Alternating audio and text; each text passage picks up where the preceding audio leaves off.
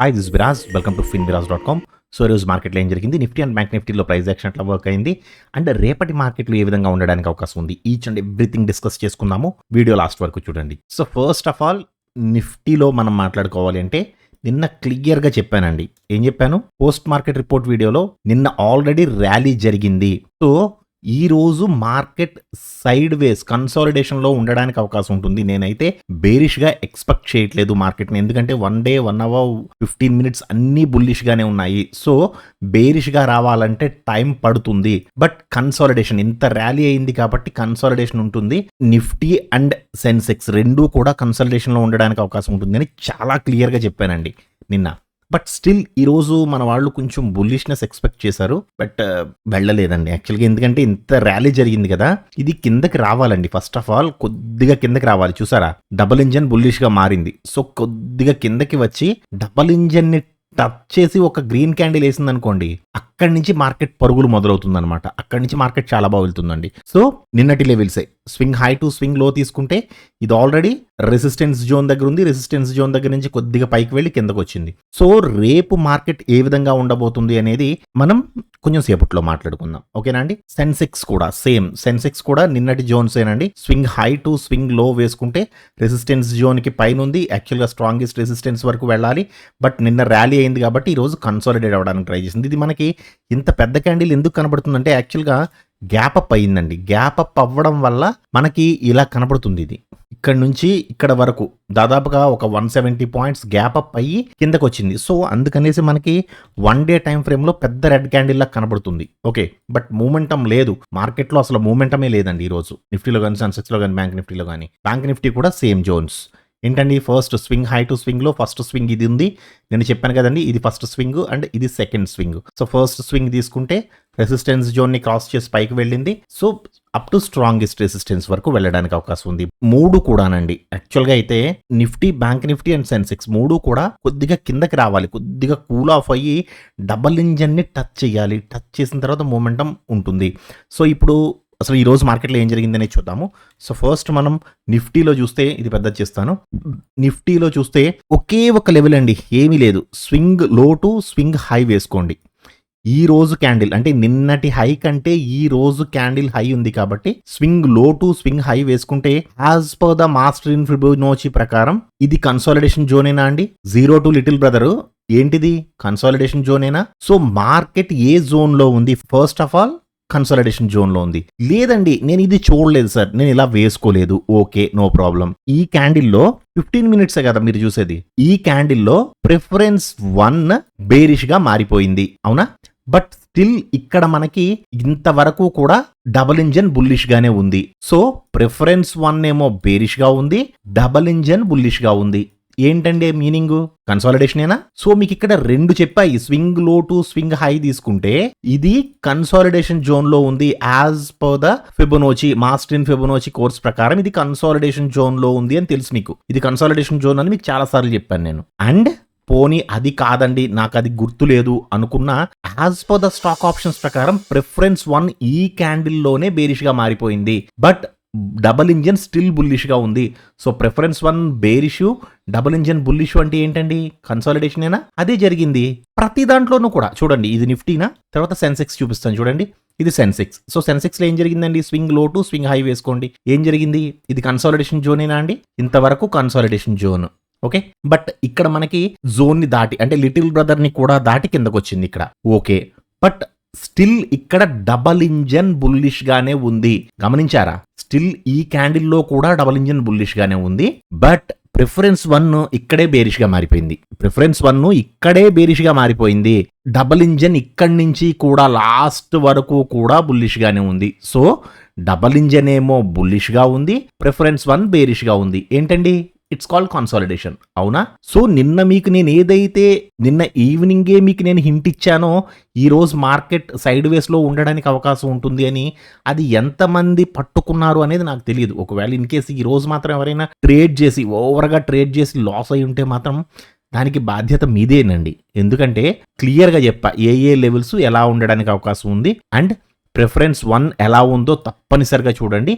And దీంతో పాటు plus double engine ఎలా ఉంది? సో డబుల్ ఇంజన్ బుల్లిష్గా ఉంది, ప్రిఫరెన్స్ 1 బేరిష్గా ఉంది. It's called side ways market. రెండూ ఒక వైపుకు రావాలి. మీకు నేను స్టాక్ ఆప్షన్స్లో నెత్తి నోరు బాదుకుని ఏం చెప్పానండి? రెండూ ఒక సైడ్కి వస్తే you get the extraordinary trade అని చెప్పానా? ఇలాగా నిన్న దొరికిందా అండి? అండ్ మళ్ళీ ఇక్కడ దొరికిందా? మనకి ప్రతి ట్రేడు కూడా రెండు ఒక సైడ్ కొన్నప్పుడు మనకు దొరికే ట్రేడ్ అనేది ఎక్స్ట్రాడినరీ ట్రేడ్స్ దొరుకుతాయండి. అంటే డబల్ ఇంజన్ అండ్ ప్రిఫరెన్స్ 1 రెండు ఒకే సైడ్ కొన్నప్పుడు మీకు దొరికే ట్రేడ్స్ అనేవి ఎక్స్ట్రాడినరీ ట్రేడ్స్ దొరుకుతాయి. ఓకే, సో సెన్సెక్స్ కూడా క్లియర్ అయింది కదా మీకు డౌట్. సో రేపటి మార్కెట్లు ఎలా ఉంటాయి అనేది చెప్తాను. You don't worry about it. Okay, bank Nifty కూడా గ్యాప్ అప్లో రెడ్ క్యాండిల్. సో మనం ఫస్ట్ క్యాండిల్లో ఎంట్రీ తీసుకోవడానికి లేదు. సో ఫస్ట్ మనం ఏం చేయాలి? స్వింగ్ లో టు ఈ లో తీసుకున్నా లేదా ఈ లో తీసుకున్నా, ఎక్కడ తీసుకున్నా you don't worry about it, problem లేదు. So swing low to swing high, first candle high తీసుకున్నాను. ప్రస్తుతానికైతే ఇక్కడ ఎటువంటి ఎంట్రీ లేదు కదండి. సెకండ్ క్యాండిల్లో సార్ నేను ఇక్కడ ఎంట్రీ తీసుకోవచ్చా అని ఎవరికైనా డౌట్ వస్తే, ఇది 5 minutesలో ఒకవేళ ఇన్ కేస్ 5 minutesలో చూస్తే సార్, అంటే ఇక్కడ 5 minutesలో మాత్రం కొద్దిగా పైకి వెళ్ళడానికి ట్రై చేసింది. చూడండి ఇక్కడ 5 minutesలో నేను మార్నింగ్ కొన్ని లెవెల్స్ అప్డేట్ చేశాను, గుర్తుందా అండి? Swing low to swing high వేసుకుంటే సో మార్కెట్ ఇంతవరకు రావాలి, కానీ రాకుండానే రివర్స్ అయ్యింది. ఒకవేళ ఇన్ కేస్ ఈ క్యాండిల్లో ఎవరైనా తీసుకుంటే ఇది ఎంతవరకు వెళ్ళడానికి అవకాశం ఉంది అంటే swing low to swing high to previous లో, ఈ లెవెల్ కూడా నేను అప్డేట్ చేశానండి 5 minutesలో బ్యాంక్ నిఫ్టీ. సో మనం ఇక్కడ ట్రేడ్ తీసుకుంటే ఇంతవరకు అంటే ఒక 120 points.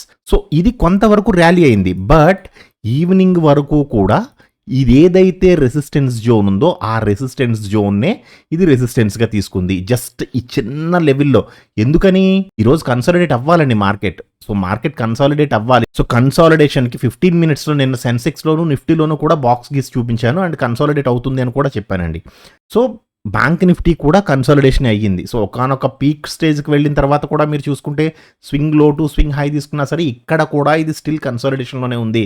అండ్ ఏదైతే మనం డబుల్ ఇంజన్ ప్రకారం చూసుకుంటామో ఇక్కడ ప్రిఫరెన్స్ 1 బేరిష్గా మారింది అండ్ డబుల్ ఇంజన్ స్టిల్ బుల్లిష్గా ఉంది. ఇక్కడ కొంచెం సేపు అటు ఇటు కొంచెం తర్జన పడింది, కానీ వెళ్ళడానికి దీనికి ఇంట్రెస్ట్ లేదు యాక్చువల్గా అయితే. నిజంగానండి 50,500 is the highest open interest ఉంది. సో ఇక్కడ కొంచెం ఇబ్బంది పడిందని చెప్పాలి మార్కెట్ అయితే మాత్రం.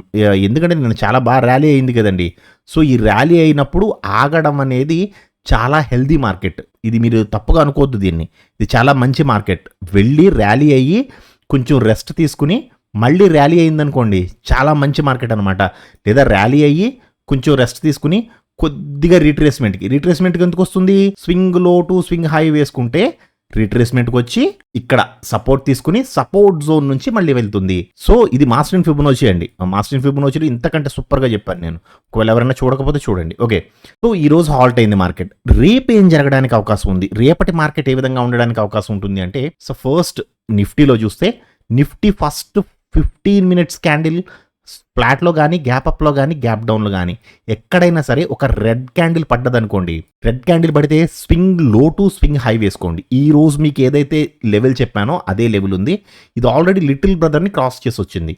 బట్ మీరు ఒకటి అబ్జర్వ్ చేయండి, నేను ఇక్కడ సపోర్ట్ జోన్ గీసాను కదా, 1 hourలో పెట్టుకోండి. 1 hourలో పెడితే ఈ రెసిస్టెన్స్ జోన్ అనేది ఎగ్జాక్ట్గా డబల్ ఇంజన్కి లోయర్ బ్యాండ్ దగ్గరికి వచ్చింది. చూసారా?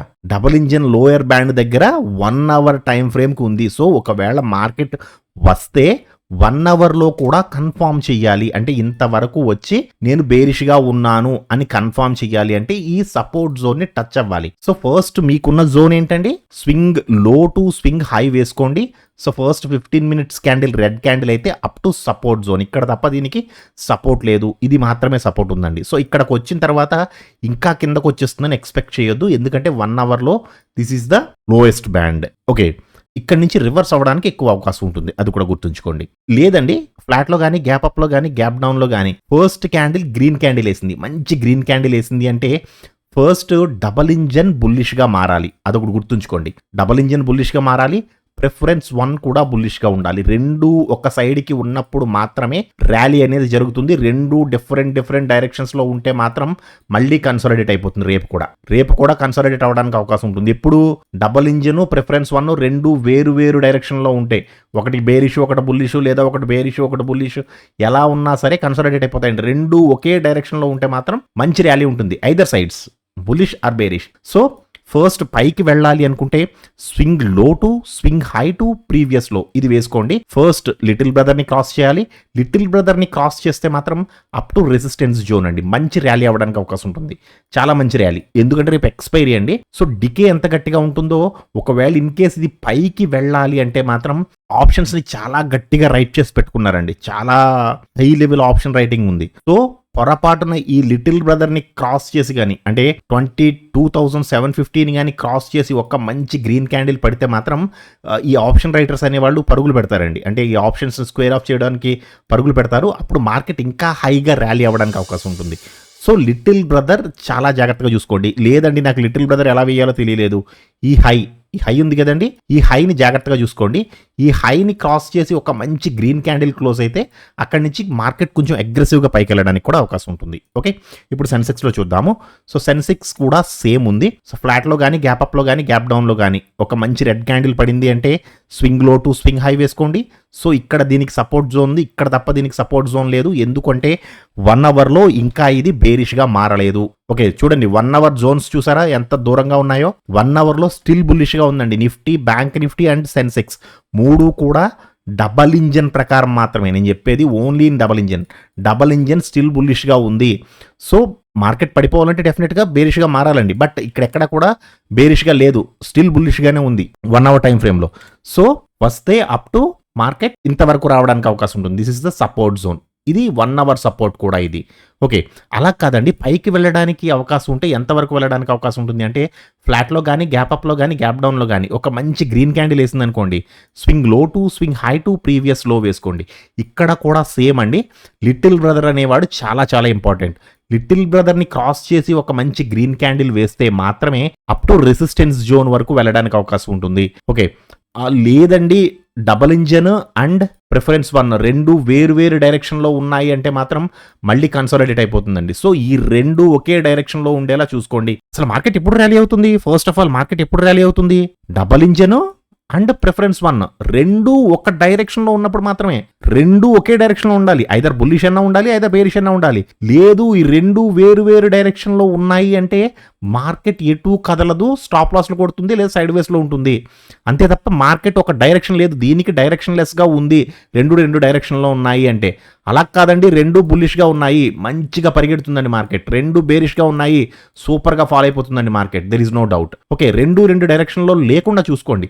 మీరు ఇందులోనే కాదు, మీకు నేను ఏదైతే స్టాక్ ఆప్షన్స్ చెప్పానో స్టాక్ ఆప్షన్స్లో కూడా మీకు మెయిన్ నేను నేర్పించింది ఏంటి, రెండు డైరెక్షన్లో ఉండకూడదు, ఉన్న స్టాక్లో ఎంట్రీ తీసుకోవద్దు. అదేనా నేను మీకు చెప్పింది, చాలా క్లియర్గా చెప్పాను. సో రెండు ఒకే డైరెక్షన్లో ఉండేలా చూడండి.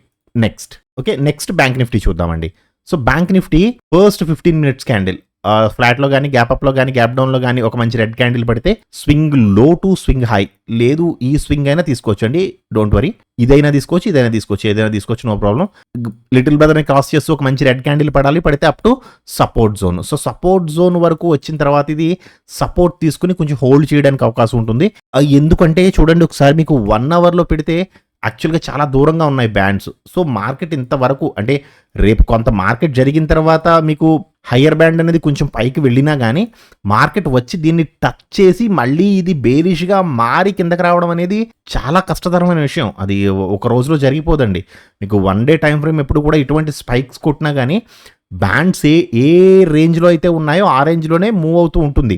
సో దగ్గరికి రావాలి, మార్కెట్ కొంచెం సైలెంట్ అవ్వాలన్నా లేదా మార్కెట్ రివర్స్ అవ్వాలన్నా బ్యాండ్స్ దగ్గరికి రావాలి. దగ్గరకు వచ్చి ఒక మంచి రెడ్ క్యాండిల్ వేస్తే అప్పుడు మార్కెట్లో ఫాల్ ఎక్స్పెక్ట్ చేయొచ్చు. ప్రజెంట్ అయితే మార్కెట్ బుల్లిష్గానే ఉంది, but at the same time 1 day time ఫ్రేమ్లో సైలెంట్గా కూడా ఉంది. ఎందుకు? 1 డే టైం ఫ్రేమ్లో బ్యాండ్స్ అనేవి బుల్లిష్గా మారాయి. సో కొద్దిగా కిందకి రావాలి, బుల్లిష్గా ఉంది బట్ కిందకి రావాలి, టెక్నికల్ పరంగా కిందకి వచ్చి బ్యాండ్ని టచ్ అయ్యి అప్పుడు మళ్ళీ బుల్లిష్ ఎంట్రీ ఇస్తుంది. అది ఒక రోజు 2 రోజుల్లో జరిగిపోయేది కాదండి, యాక్చువల్ కొంచెం టైం పడుతుంది. సో ఫస్ట్ మీకు బేరిష్ వస్తే ఎంతవరకు వస్తుందో చెప్పాను కదా. ఒకవేళ బుల్లిష్గా వెళ్ళాలి అనుకుంటే, అంటే ఫ్లాట్లో కానీ గ్యాప్ అప్లో కానీ గ్యాప్ డౌన్లో కానీ బుల్లిష్గా వెళ్ళాలి అనుకుంటే ఒక మంచి గ్రీన్ క్యాండిల్ వేసింది అనుకోండి, so swing low to swing high to ప్రీవియస్లో ఫస్ట్ లెవెల్ ఇది తీసుకోండి. లేదు సార్ అంత అగ్రెసివ్గా లేదు అనుకుంటే ఇది తీసుకోండి. ఓకే, ఈ లెవెల్ తీసుకున్నా కరెక్టేనండి. అంటే చిన్న రేంజ్ అయితే ఇది తీసుకోవచ్చు. అగ్రెసివ్గా మంచి క్యాండిల్స్ వేస్తుంది, 15 మినిట్స్ క్యాండిల్స్ ఇలా ఉన్నాయి, 15 మినిట్స్ క్యాండిల్స్ అంటే ఇది తీసుకోండి.